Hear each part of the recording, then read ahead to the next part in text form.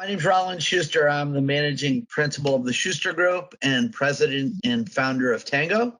Thanks for joining us today. TANGO is something I created about 12 years ago. I'm very proud of it. It's our way to give back to the nonprofit sector.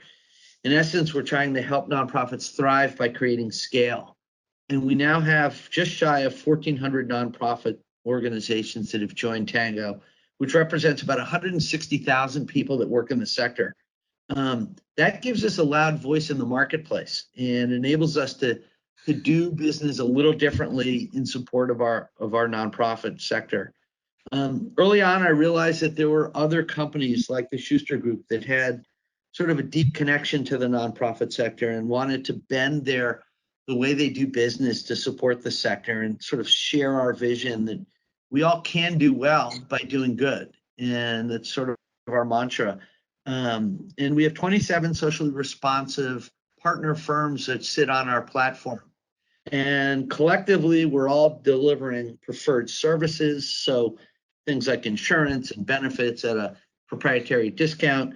Education, one of our components of our mission is to provide ongoing free education to the nonprofit sector. Our DNA really comes from the business world, and we're trying to share that intellectual capital with the nonprofit sector to make you stronger, better, bigger, and we hope it helps. And webinars like this are a perfect example.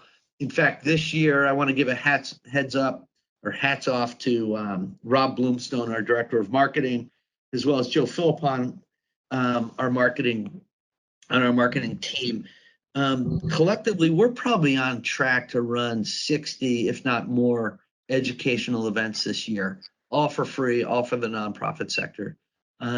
We've ramped this up in light of COVID, and the attendance on these webinars has been really strong. So again, thanks for joining us. And then lastly, we have mission support. Many of you know we have a foundation. We provide scholarships to people that work in the nonprofit sector to help them get better educated in things like leadership or finish their formal college degree. So if you have a rising star in your ranks that you might want to nominate for being a recipient of funds to help them get further training, please go to our website, tangoalliance.org. You'll see a tab for our foundation, and in there are instructions on how to nominate someone. Next slide, Joe, please. So a couple hot topics on the compliance front. Obviously, it's COVID related, right? So that's what we're all dealing with. And this, it seems like we're on the backside of this thing, hopefully, knock wood.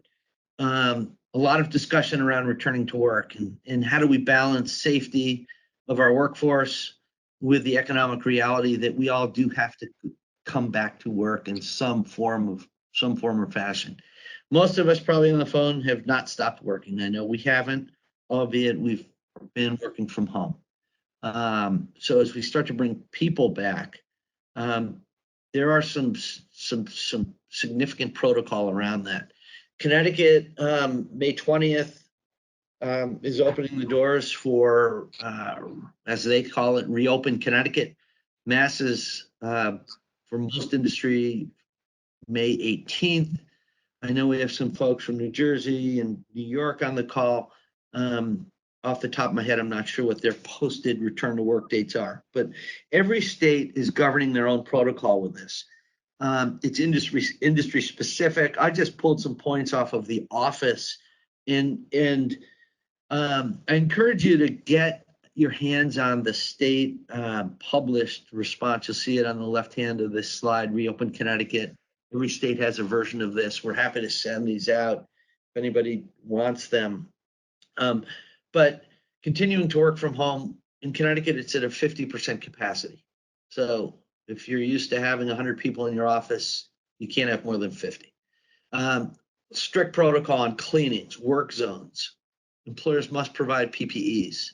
There's also a lot of talk about appointing a program administrator, someone within the ranks that is spearheading this initiative. More times than not, I would think this is going to fall on just another task that will be given to HR. So providing formal training, logging in on employees when they come to work. In Connecticut, there's a self-certification called the Reopen badge that you need to comply with, and you can post the badge on your door and on your website to acknowledge the fact that you're complying by all the state governed protocol. In an effort to help with this, we have published a return to work plan.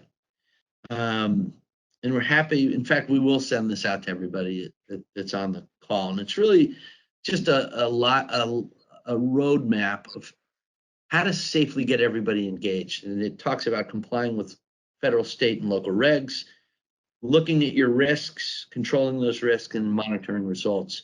Some of the document is a fill in the blank guide path so that you can really set up a true program to bring people to work. In addition, there's a lot of resources out there. It seems like 10 minutes don't go by and you're not invited to another COVID-19 educational webinar, seminar, or something. So we've been compiling this. Our team has written a lot of documents on this. And on our website, we have a few really good, popular resources. One is the Benefits Compliance COVID-19 State Quick Reference Guide. So state by state, what you need to do. The FAQs is about a 36, 37-page document that talks about everything relative to benefit compliance and COVID-19. We're running through our partner NFP a return to work series of seminars. They're on Mondays at noon. It's run by our legal team at NFP. And the next one is coming Monday, May 18th, and will encompass employee wellness and return to work. So how to do it safely, how to do it with a cultural impact. These are pretty good. And then there's a podcast series that is out there, and we're on our 76th podcast, again with NFP. And we're getting a lot of questions on what's going to happen with healthcare inflation as a result of COVID-19. So this is an actuarial viewpoint, so it gets into the weeds a little bit, both on fully insured and self-funded plan costs, and the expectation going forward as to how this might impact your bottom line. There will certainly be pressures. What we're seeing right now, though, is that a lot of care is being postponed. If it's not urgent, it's not happening, and we're seeing actual claims come down right now. Whether there will be a return to that and a wave, that's yet to be seen. COVID-19 expenses can be expensive, but the frequency hasn't been all that great, at least on the claim wires we're monitoring. We will send the link to these resources out to all attendees here today, too. Next page, Joe, please. So I wanted to quickly make sure everybody is aware of some federal compliance or regulatory changes. They've had a very busy May, as you can see, and I didn't even want to list April in here. So just since the 1st of May, if we start at the bottom, the Department of Labor has issued a series of questions and answers regarding COBRA, as well as set a new set of model notices. So deadlines have been extended in response to COVID-19, and there's some interaction between COBRA and Medicare that's kind of interesting that they've put some clarity on. May 4th, the IRS released a set of questions and answers discussing retirement plan provisions of the CARE Act. So this expanded the hardship distributions and loan options. There was some clarity that needed to be done. The IRS addressed that in their Q&A. On May 4th, also, the Department of Treasury issued extensions for certain timeframes for employee benefit plans. A lot of this has to do with the FSA runout period, extending to 90 days after the national emergency ends. So if your FSA plan has a rollover period, let's say it's a calendar year FSA ending 12/31, you have a rollover period through March 31st. Employees have the right to file for reimbursement up to 90 days post the end of this emergency. So if the emergency end is declared for June 1, they'll have 90 days after that. May 7th, the Department of Labor put out updated questions and answers regarding COVID-19 related paid leave under the Family First Coronavirus Response Act. This just clarifies a lot of the paid leave requirements. And then on the 12th, a couple of days ago, the IRS issued notices providing guidance on Section 125 plans for calendar year 2020, and also included some commentary on high deductible health plans.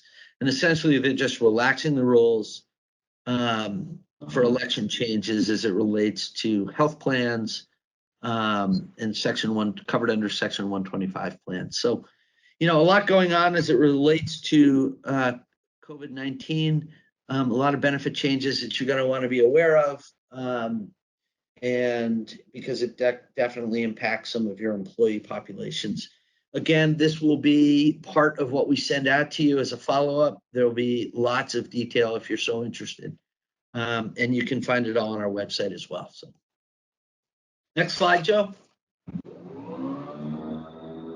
Real quick, HR forum resources. So over the last 3 months, we've been trying to kind of deal with this in our own right and provide assistance to the many nonprofits we work with. The first thing we came up with this TANGO prescription discount drug card. So we worked with a large PBM, pharmacy benefit manager, to develop this discount card. It's kind of like GoodRx, if you know about GoodRx, except our relationship, we don't and they don't capture employee information. So GoodRx captures all the data when you fill scripts, and they resell that. So it's a big profit center for there. This avoids all of that. This card is free. It provides up to a 75% discount off of your scripts. It's good at about 65,000 pharmacies. There's no sign up required. You can use it. You can give it to your employees, their friends. I have used it twice for my family's needs, and I've saved some pretty significant dollars just by using this. It does not work in concert with insurance. So where this really fits is somebody that has a high deductible plan and might be a low utilizer of healthcare. Instead of having the full retail costs go towards their deductible, they might be able to save significant dollars and just pay for it out of pocket. On our website, you can access this, or you can simply text the word TANGO to number 21,000, 2100. If you text that, 21000, I'm sorry, and write in TANGO, you'll be downloaded a card. So we have found that to be somewhat popular and appreciated. Just another way you can transition this out to your employee population if you so choose at no cost. PPEs, they have been scarce in many corners. So we have found an aggregated ordering program through the Kennedy Center, one of our clients. They're a big nonprofit in Central Connecticut, and they have created a way to aggregate purchasing. So they're buying in units of 250,000 units at a time. Price points are highly competitive. So if you do need masks, isolation gowns, any of those kind of things, if you go to their website, Kennedy Center, their subsidiary that's doing this is called Palm and Able. And from what I can see, the price point is very, very good. It takes about 7 days to get your order in. I ordered 3,000 masks last week, and we donated them out to nonprofits in need. We're going to be ordering another supply today. So if you are in dire need of some masks, please let us know. We are happy to support the nonprofit sector through us purchasing them. Mass Mutual, one of our Tango partners actually, has a program called Health Bridge. And they're providing a free $25,000 life insurance policy for 3 years to any frontline healthcare worker that's exposed to the COVID crisis. They are planning on funding $3 billion worth of life insurance. And it's available to nursing homes, assisted living facilities, hospice, emergency medical services, hospitals. So if you happen to be in that line of work, I would encourage you to look at this. It's for Connecticut and Mass employers or employees, and there's no catch. It's completely free. If you go to the Mass Mutual Health Bridge website, you can learn all about it. But we think it's a pretty neat program, actually sponsored through the Mass Mutual Foundation. Lastly, as budgets tighten as a result of where we are in the world, benefits and healthcare insurance are going to become even more front and center. It's a big spend. The scale of TANGO has given us the ability to negotiate some proprietary arrangements with some carriers. And we've had a lot of success with pricing and plan designs this year. In fact, we've been writing a lot of new business, and even through the COVID crisis, we've had an uptick in activity with new clients. So we greatly appreciate that. And a lot of it is a result of the decade we've spent building TANGO and the clout we've created and the communication we have with the carrier marketplace. So Connecticut and Harvard Pilgrim, we have proprietary arrangements with on a private exchange. We have a level funded program through Aetna with a proprietary discount. For independent schools, we've created a captive that's generating significant savings. And for ancillary and voluntary coverages, we have some arrangements that are proprietary in nature that are providing some discounts. So again, if this is at all on your radar screen, I encourage you to take a look at what we've created with TANGO. We're driving meaningful results. Lastly, and this is not on the slide, but we've been reading a lot about some of the technology initiatives that are out there as it relates to managing the COVID crisis. We are compiling a resource, and we'll be able to communicate that out to you guys. We'll probably do a whole webinar on this, but there's an organization called Certified COVID Clear, and they're using a digital platform to integrate testing and managing and monitoring employees. It's pretty cool stuff. And there's some others with respect to temperature scanning and just this whole process of the new world we live in from an HR perspective, managing a workforce, managing testing, and compliance with COVID is new to us all. And there's a lot of technology following this. So we're going to see some really interesting tools emerge to help you, and we'll keep you posted on all of that. So that's what's going on in the world of compliance. It's a mouthful. So I've bombarded you guys. So if anybody needs a little mindfulness, right now is probably a good time for it. So we're going to shift gears. I'm going to introduce our guest speaker. We have questions and commentary on all topics that we go through today at the end of this. Let me read Cheryl's bio. It's impressive. I've gotten to know Cheryl over the last couple of years, and she's built an impressive organization. So it's great to have her with us today. Cheryl is the founder and executive director of the Mindfulness Path. She has devoted her entire career as a healthcare professional to exploring and teaching best practices for health and well-being that can easily be integrated into everyday life. Her background includes undergrad and master's degrees in health and exercise science. Cheryl is extensively trained in mindfulness-based stress reduction and holds a certificate in spirituality from the University of St. Joseph. Early in her career, Cheryl opened her own fitness training center in New York City, where she was the personal trainer to Jackie Kennedy. She taught health and physical education at the high school and college level. Since then, she has been at the forefront of the mindfulness revolution in the workforce and in healthcare. She was formerly Aetna's Wellness Product Strategy Lead and Director of Mindfulness. Today, Cheryl is a sought-after leader of holistic wellness solutions that are transforming lives. She is the author of Thriving When Your Cosmic Egg is Cracked, A Mindfulness Journey and Mindful Exercise, A Bridge Between Yoga and Exercise. She's a mother of two. Cheryl resides in Connecticut. And at this point, let me turn it over to Cheryl and bring some peace and relaxation to our day, please.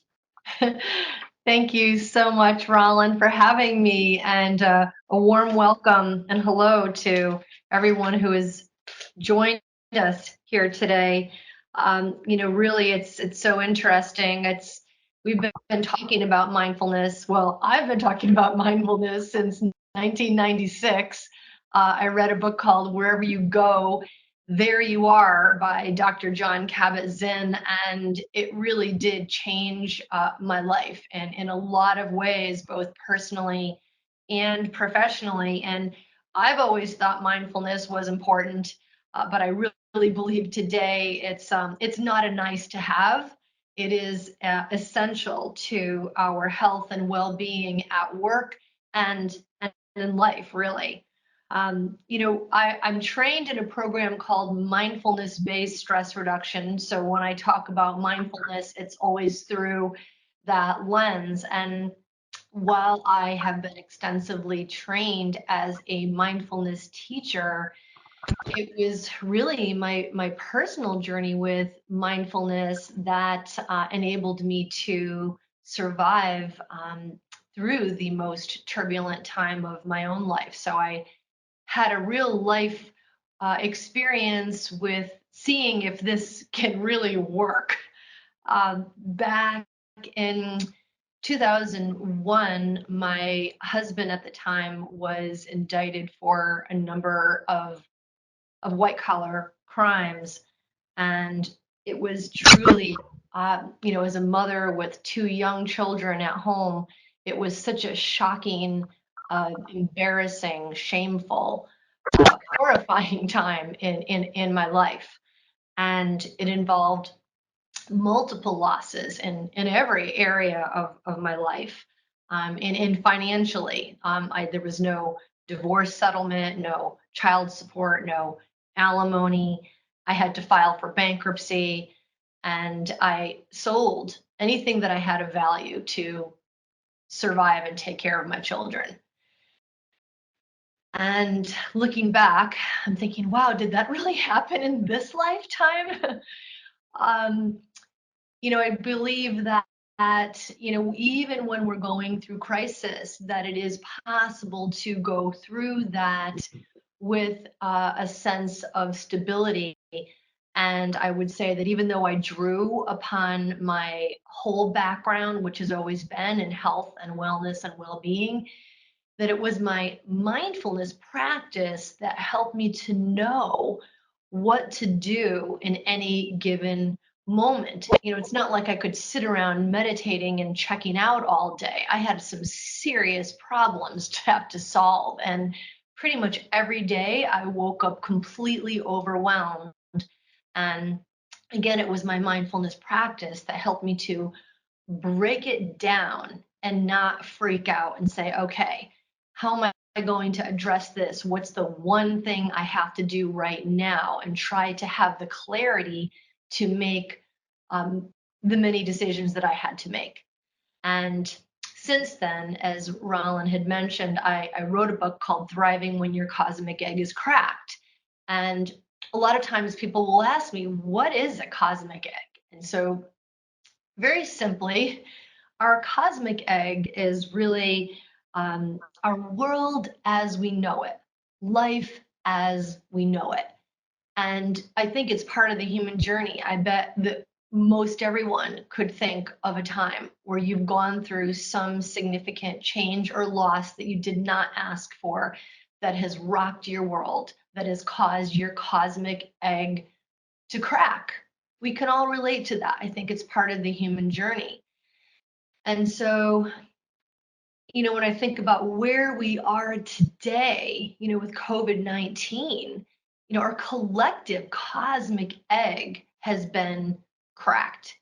Life as we know it, everything that we were used to doing and the way that we were used to doing it is no longer. And we're being forced to innovate while we're actually in shock. That's the truth. And this is very stressful. And I'm sure none of us could have imagined that anything like this would happen in our lifetime. So, I think that most of us are desperately seeking a way to feel balanced, while these shelter in place orders are intact and as we're preparing to transition. We know that about 80% of people are working from home, and that reports are showing that employees are working 3 hours more on average during this quarantine period.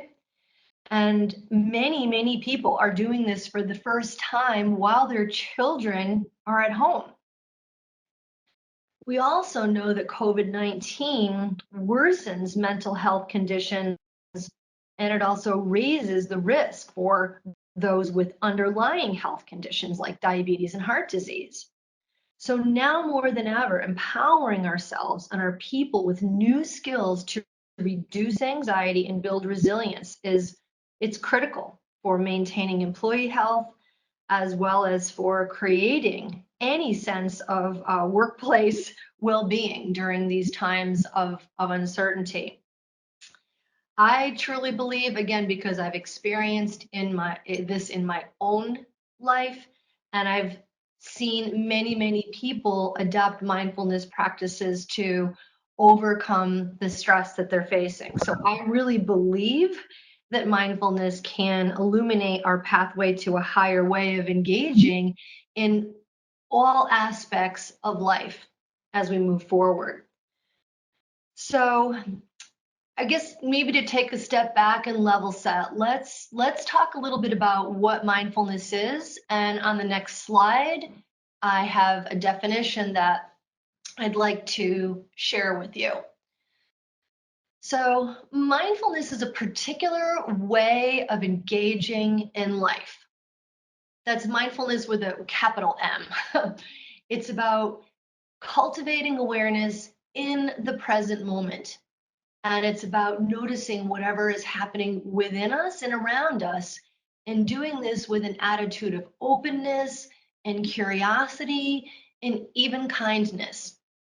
And the way that we strengthen this capacity for awareness is through mindfulness meditation. So the beauty here is that as human beings, we all possess this capacity for awareness.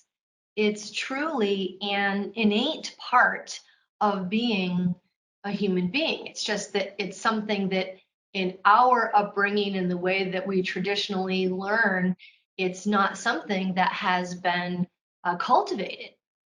But it's there. It might be a weak muscle, but we possess it. It just needs to be strengthened. So on the next slide, I'd like to talk a little bit about what do we mean when we're saying to, be in the present moment. And I think even sometimes there's some confusion, about this. Sometimes we think that means, live for today. And being in the present moment, we say, is a present. Why? Because the present moment is really the only time that any of us can learn, change, grow, love, and communicate. But the problem is that the present moment keeps getting squeezed out by our busy minds that are constantly preoccupied, especially when we're stressed, preoccupied with the future.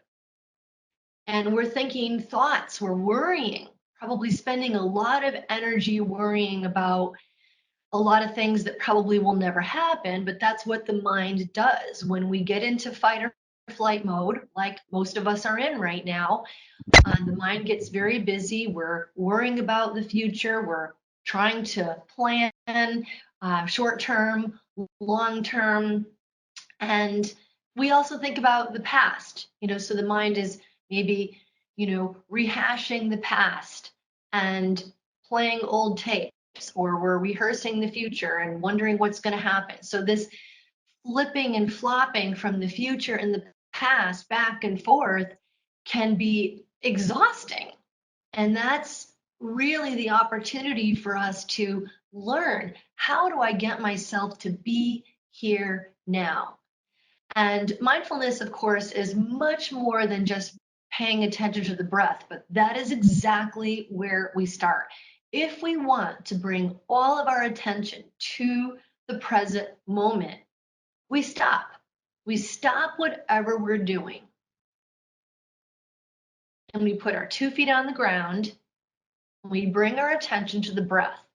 And anytime we are aware of the breath, we're connecting the body and the mind.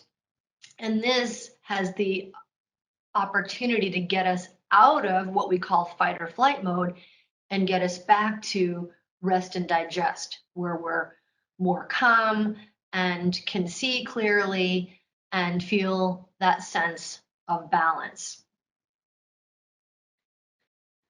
So on the next slide, we talk about, what is the difference between a formal and informal mindfulness practice? And a lot of times there's some confusion around, well, what is mindfulness and what is meditation? Are they the same thing? And the answer is no, they are not. So mindfulness, again, is a way of engaging in life. And we ground ourselves in the present moment and allow that to inform the choices that we make. Meditation is what we call a formal mindfulness practice, where we carve out time every day, 5 minutes, 10 minutes, 20 minutes, to be with ourselves, to pay attention to the breath, to become aware of thoughts and feelings and sensations in the body and into our surroundings. So we practice. Just like we go to the gym, well, maybe not today, we lift weights at home to strengthen our muscles, to improve our physical fitness. We practice mindfulness to be able to improve our mental fitness.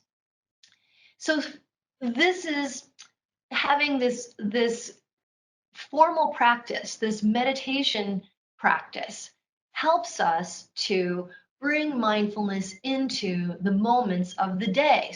So to be able to do all of the tasks and manage all of the demands that we are facing, we can bring mindfulness into the moments of the day, into the tasks that we are doing. When we're in conversations, can we really listen to what is being said? When we're doing a task, can we carve out time to just work on one thing at a time? When we're eating, can we sit down and have lunch or a snack or a cup of tea or coffee, and can we not be shoveling our food while we're responding to emails? Can we just eat and tune into the experience of eating? So again, bringing mindfulness into the moments of the day, even stopping. I like to stop, every hour on the hour for a minute, just setting a timer to, again, reset, constantly reset ourselves through the day, helps us to go through the day in a more balanced state with a little more grace and ease. So that's a little bit about the difference between mindfulness and meditation and what we call a formal practice versus how do we just weave it into the day as it is. So I'd just like to share on the next slide a little bit of data, and this is, again, research from the National Health Interview Survey between 2012 and 2017. And it's just a simple diagram that really shows a few very important statistics that among adults aged 18 and over, increases were seen from 2012 to 2017 in the use of yoga, meditation, and chiropractors. Yoga was the most commonly used complementary health approach. But the thing that I'm interested about as it relates to our conversation here is that the use of meditation by US adults increased more than threefold from 4.1% in 2012 to 14.2% in 2017. And we know that the increase in the number of people meditating has gone up just since this COVID-19 crisis. So people are beginning to accept meditation and mindfulness just the way we had to learn to accept that exercise mattered, 30 years ago. stopping is important and moving is important, and we need both to be healthy. So I'd like to move to the next slide and actually create a little bit of space to do a practice together. I think, there's a lot of information here, and just to shift from this being an intellectual, informative session to actually have it be a little bit experiential, so you get a chance to try this. So you don't need any special clothing. You don't need a meditation chair or cushion. You don't even need to sit cross-legged. We're not going to be chanting or burning incense or any of that. We're just going to sit in our chairs. And so I'd like to invite you to come into what we call a purposeful posture. So uncrossing the legs if they were crossed and placing the feet on the floor, heels underneath the knees. So the knees are at a 90-degree-ish angle. And then just letting the arms relax at the sides and placing the hands somewhere comfortably in the lap. You can either lower the eyes in a soft gaze, or if you like, you can close the eyes. Mine will be closed. And then as you're sitting here and finding your way into this posture, lifting the top of the head towards the sky, and maybe subtly drawing the shoulder blades gently towards each other to open up the chest. And just noticing what it feels like to stop, giving yourself permission to check in with yourself. Noticing perhaps the position of the body. Feeling the feet on the ground. Aware of the chair supporting the body. Aware of yourself sitting in this space, in this moment.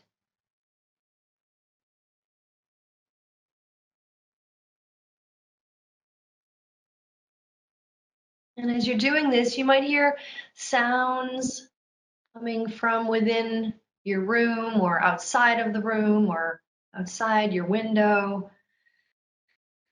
Just letting that be as it is. We don't need to have a perfectly quiet place. Letting things be just as they are.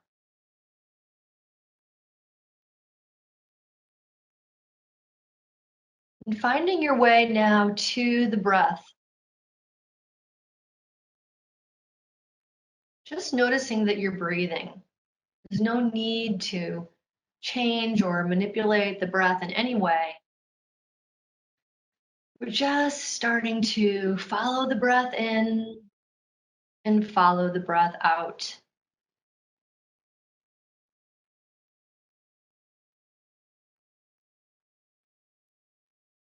And as you do this, you may notice that the breath is shallow or short or choppy. Or maybe it's long and deep and smooth. Just letting the breath be as it is.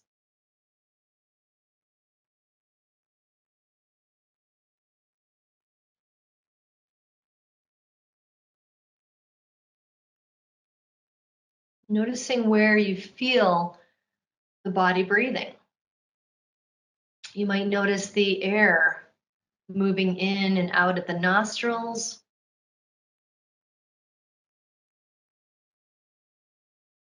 Perhaps feeling the chest and ribs gently expanding and contracting.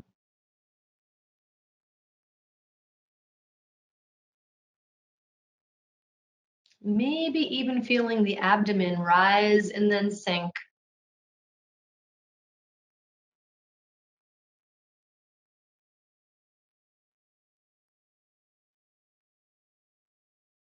Seeing if you can let your attention rest on the sensations of the breath, wherever you feel them most clearly.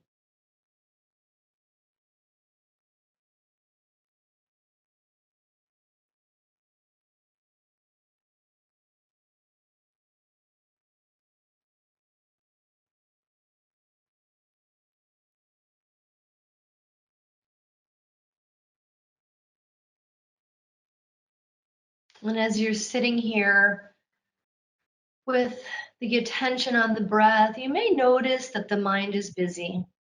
Just knowing that that's natural. There's no need to block thoughts out, but rather see if you can notice one thought at a time as it passes through the mind.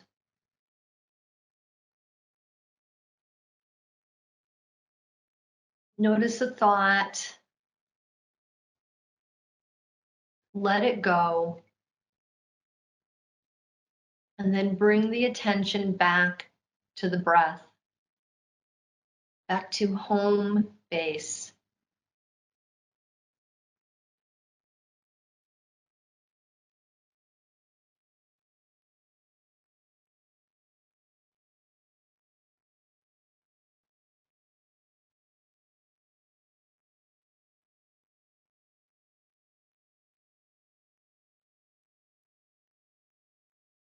Seeing if you can notice a thought without naming it as good or bad or positive or negative.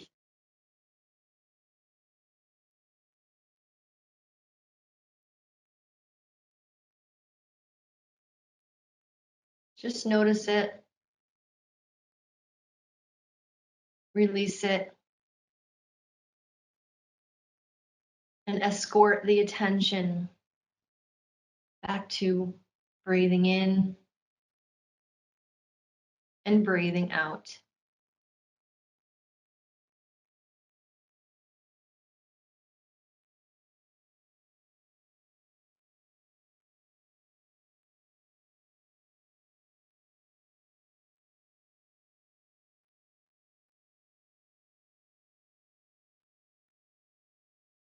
And as we're nearing the end of this brief practice,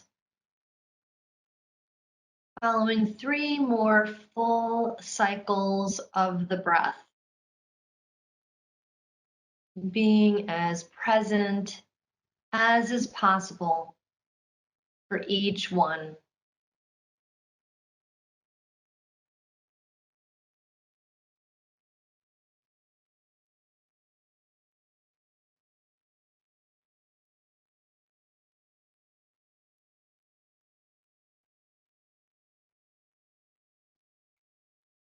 Beginning to transition.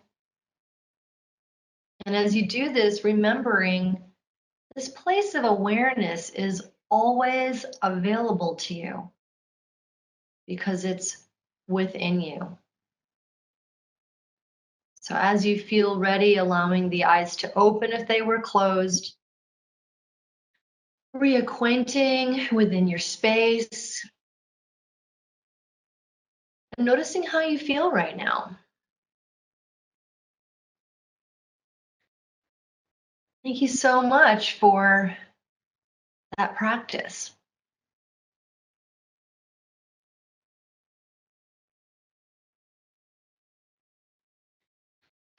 So, I'd like to invite you to notice, and you can write down in a notepad. We'll go to the next slide, and you can come. Oops, it's actually, I think I left this slide out, but I'm going to ask you to do it anyway. Complete this sentence. What I noticed was. I'd just like you to write that down because when we get to the Q&A, there might be something about that you want to share or ask a question about. So what I noticed was, and please know that there's nothing that we're going for here. There's not a particular goal or end game with our practice. It's really simply the willingness to be with ourselves as we are.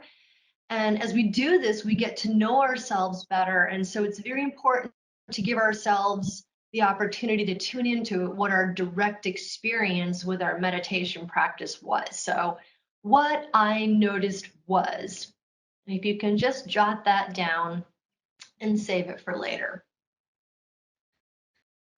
So at this point, I'd like to talk a little bit about some of the potential benefits that come from developing a mindfulness practice.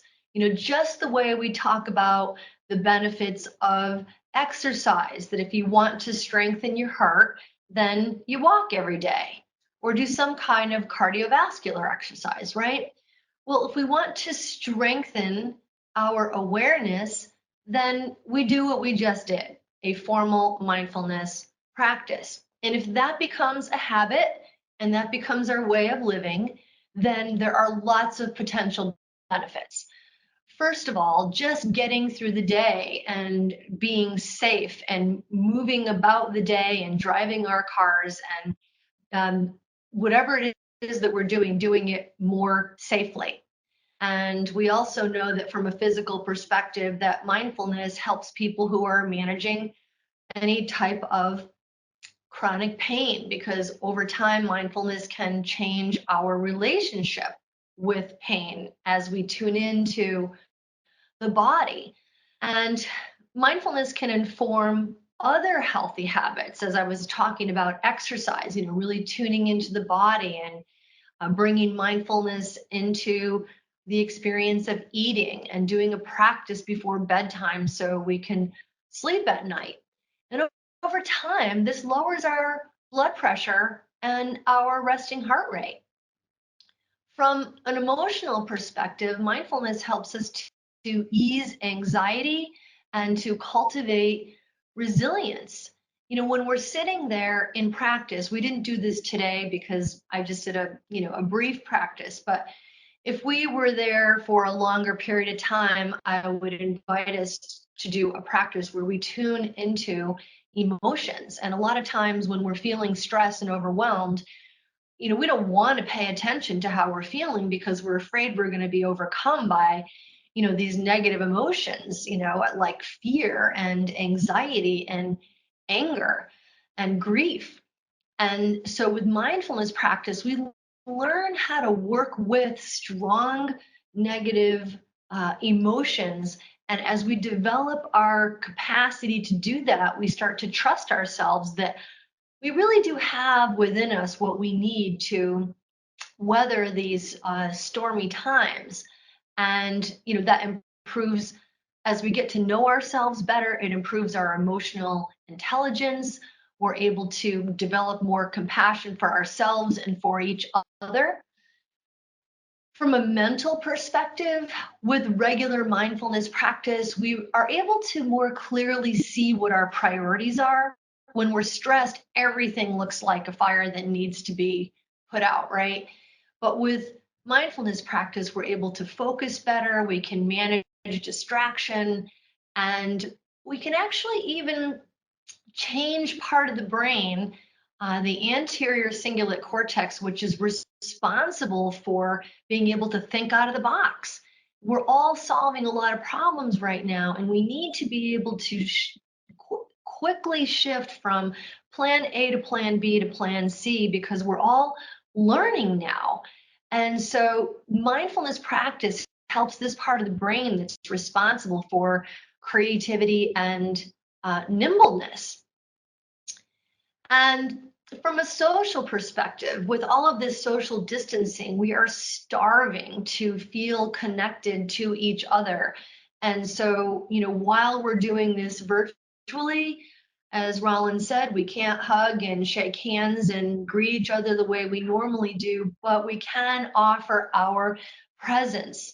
And sometimes our presence is enough. And so really helping people to be able to feel connected and have a sense of community during these social distancing times.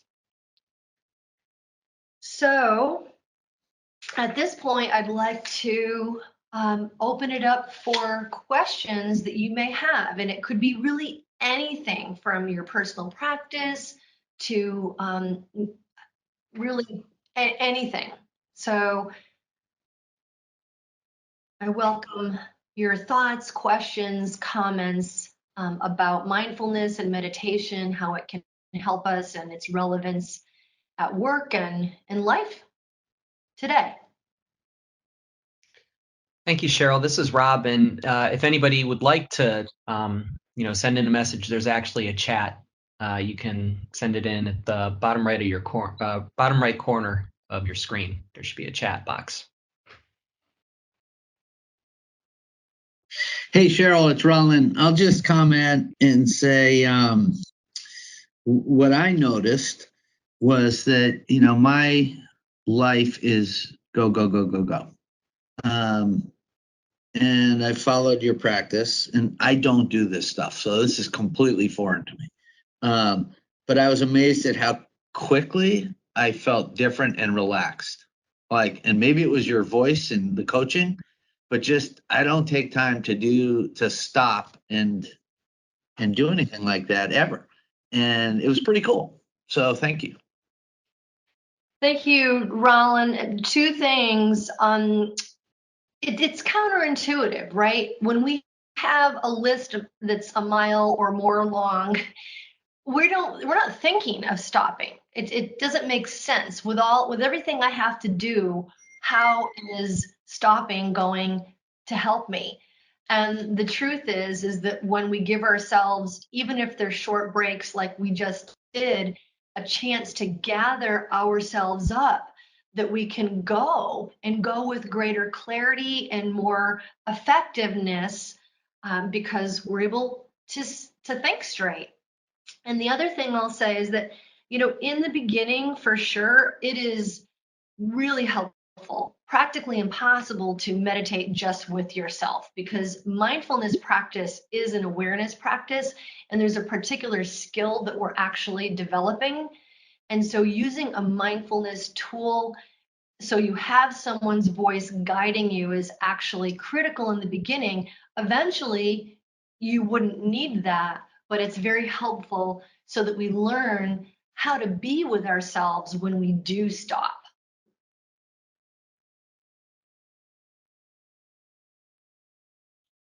Thank you. Any other questions?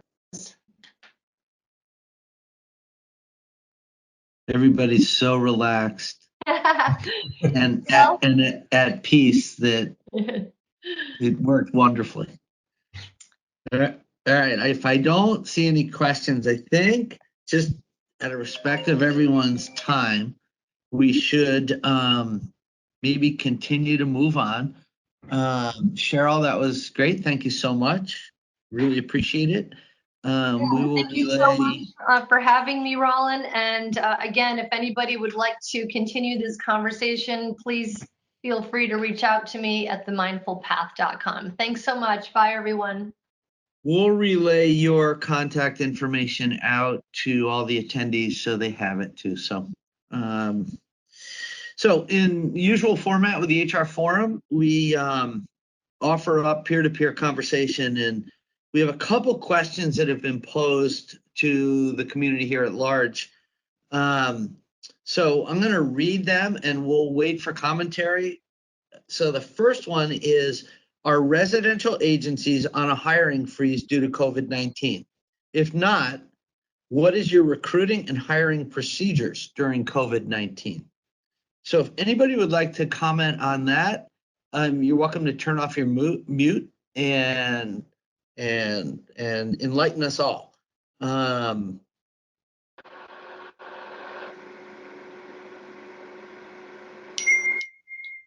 Hi there, this is Deborah Bradley from the Village for Families and Children.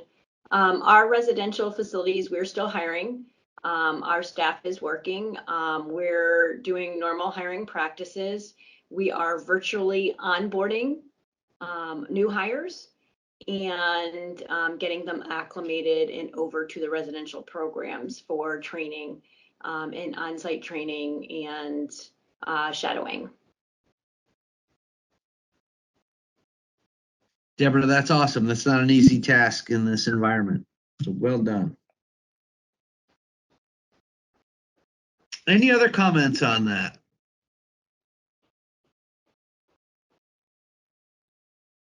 Okay. The other question we had posed was, is anyone concerned about their self-insured unemployment? Considering changing? Question mark. So I know one of our Tango partners is 501c3, who is in that business. Too bad they're not on the call. They could probably comment directly on that. But does anybody have any concerns in that realm or thoughts?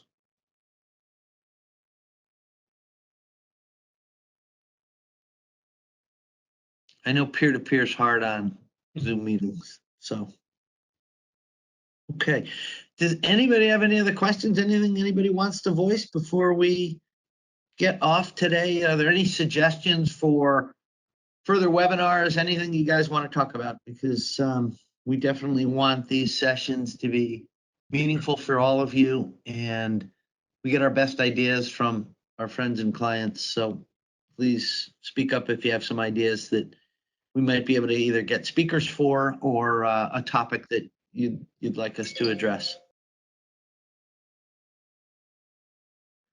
Well, we are about where we wanted to end anyway. So I think that will conclude today's HR Forum.